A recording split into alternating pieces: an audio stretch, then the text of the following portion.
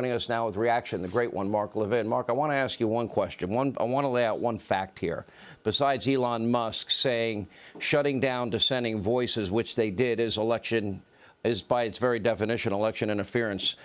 The fact that the FBI was in weekly contact with all of these big tech companies, warning them about a possible hack and leak operation, and even one that might deal with Hunter Biden, when they had the laptop mark for 11 months, they could have easily verified that it was a real laptop. Tells me that they were putting their thumbs on the scale again, like they did in 2016 in the 2020 presidential election. Tell me your thoughts. Well, the FBI is corrupt. And it's not just from the top down, as Joe Biden likes to say, the bottom up and the middle out, whatever that means. But there's simply no question about that, which is why we need to get a speaker over there on the Republican side and get to the bottom of this. But I want to talk about a couple other things related to this. And that's this. It's a very convenient foil for the Republican establishment and their Washington media and other media to keep blaming MAGA and Donald Trump for their losses. You know, Donald Trump hasn't been around forever. The Republican establishment has. McConnell, I think, has been in the Senate 36 or 38 years.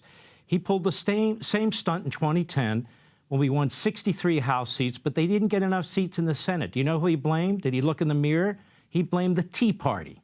That's who he blamed. In 2006, when George Bush and our friend Karl Rove lost the Congress, which had been given to them, which they inherited, a Republican Congress, they didn't blame George Bush and Karl Rove. No, no, no. The problem with the Republican Party is it's not a conservative party. It's not a Reagan party. It's not a Trump party. It is a Washington-centric party. It is a bureaucratic party. What have the Republicans done so far? You know, with the filibuster rule, the minority in the Senate has a lot of power.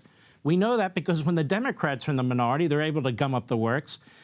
What is it that McConnell wants to do? He wants to meet them on the 40-yard line. What do you mean meet them on the 40 line? I want to meet them at the hot dog stand and have them buy me a hot dog. I don't want to meet. And whose 40-yard line? So what have the Republicans in the Senate done so far? Have they laid out an agenda? You know, McConnell keeps going to the microphone. He keeps talking about anybody who talks about suspending the Constitution can't run for president. Obviously, he's talking about Trump. Well, the Democrats are constantly suspending the Constitution and ripping it and attacking it, and their judges are. McConnell, when's the last time you talked about separation of powers, limited government, equal protection, due process, probable cause for warrants? Our Constitution's already being suspended. The firewalls in the Constitution are already being breached by the Democrats. Why do you want to meet them on the 40-yard line?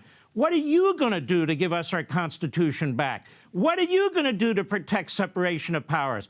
What are you going to do to stop Biden's executive orders? What are you going to do to force Biden to execute our laws, like our immigration laws? You come to the microphone and you burp out words with those guys standing behind you like you're at a funeral procession.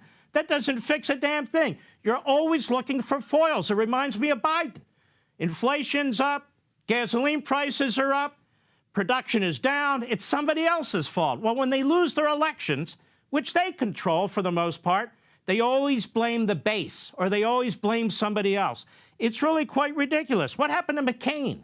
He lost. What happened to Romney? He lost. It took somebody like a Trump to win the presidency back, and it took Reagan to win 2 massive landslides.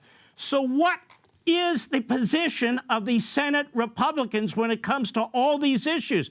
God knows there's a zillion of them, from the border to inflation to gasoline. Why don't they have a coherent, consistent legislative agenda? You had very bright people on earlier talking about why we lose these elections. Let me tell you why we lose these elections.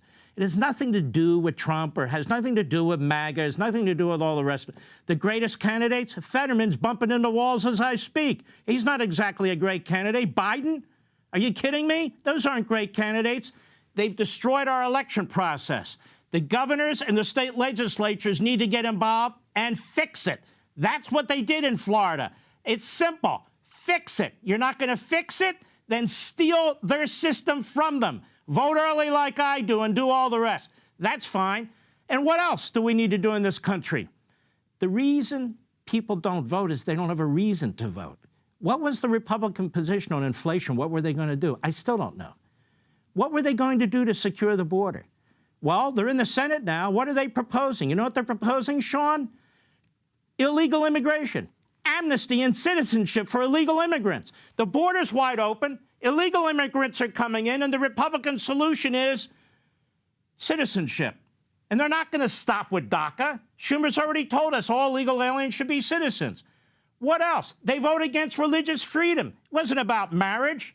They voted against religious freedom. They wouldn't adopt Mike Lee's amendment. Why?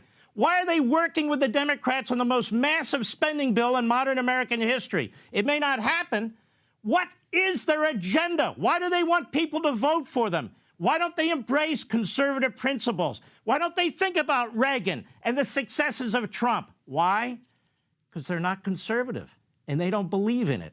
And as long as this goes on, we're going to lose elections. And finally, how did the Democrats beat us in redistricting in most of the country? Eric Holder's running around the country, so proud of himself. You know why? The failure of the RNC, the failure of that little committee they put together with our friend Karl Rove. We are being outgunned by their lawyers who are going into these states and doing these various things. The Republican establishment, the Republican ruling class has failed us, and they have controlled the Congress for 30 and 40 years. Are we better off as a result of it? No, we're not. That's it.